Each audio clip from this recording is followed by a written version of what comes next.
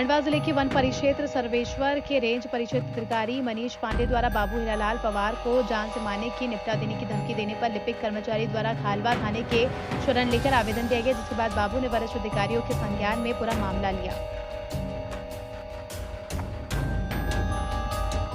Sir, कर्मचारियों के प्रति आपका रवैया इतना तेज क्यों है सर? वरिष्ठ आपके जो अधिकारी हैं, जो कर्मचारी हैं बाबू यहाँ के, उसने थाने में शिकायत करी है आपके संबंध में कि आपने उनके साथ अभद्र व्यवहार किया, गाली गलौज की। नहीं, ये तो पूर्णतः सत्य है। हमने जो है तो लगातार ये अनुपस्थित रहते थे, ऑफिस नहीं आते हैं और न किसी प्रकार की सूचना देते हैं कि हम ऑफिस नहीं आएंगे। ऐसा कुछ काम की पेंडेंसी बहुत ज़्यादा थी।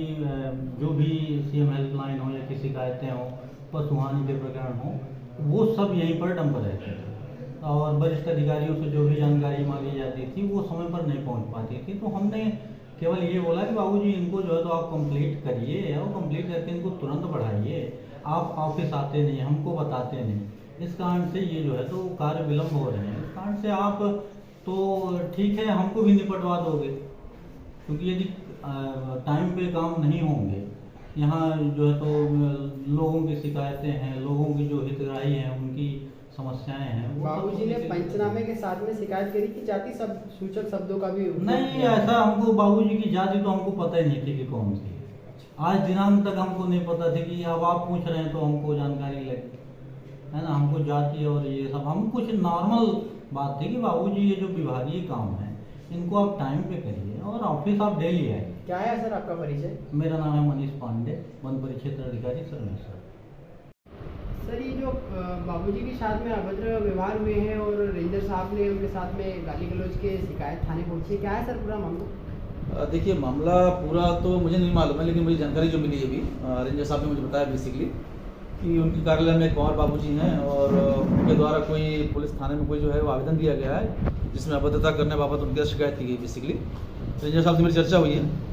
मुद्दा जो रेंजर साहब ने बताया उसमें ये हुआ है कि चूंकि ऑफिस में कार्यालय में काम करना पड़ता है और बाबू साहब शायद बीच में कभी लेट हो गए या आ नहीं रहे हैं, तो कुछ कार्य पेंडिंग हो रहे थे, जिस कारण चूंकि वरिष्ठ कार्यालय द्वारा बार बार जानकारी मांगी जाती है और जवाबदारी होती है रेंजर साहब की, तो इसी संदर्भ में चर्चा करी होगी और संभवतः कोई बात हुई होगी, कुछ ना कुछ गुस्से में बोल दिया होगा।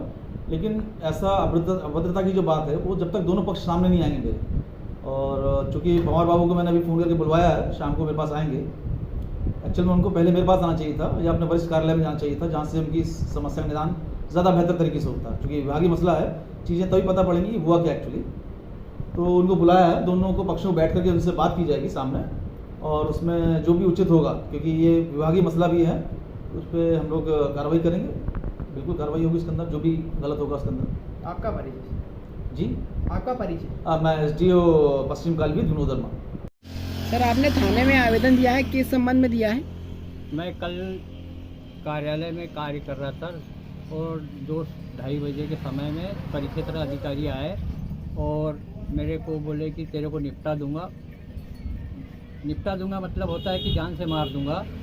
मेरी 33 साल की सेवा होने के बाद आज तक किसी रेंजर ने, अधिकारी ने ऐसा शब्द नहीं बोला और मेरा रिकॉर्ड देखा जाए। उसके बाद ये बाहर से आए जो रेंजर हैं, ये यहाँ इस क्षेत्र में आके मतलब कि कर्मचारियों को दबाना चाहते हैं, पर कोई जो छोटे कर्मचारी है ये बेचारे सुन लेते हैं, कोई बाहर उनके सामने मुंह खोलने को तैयार नहीं रहते हैं।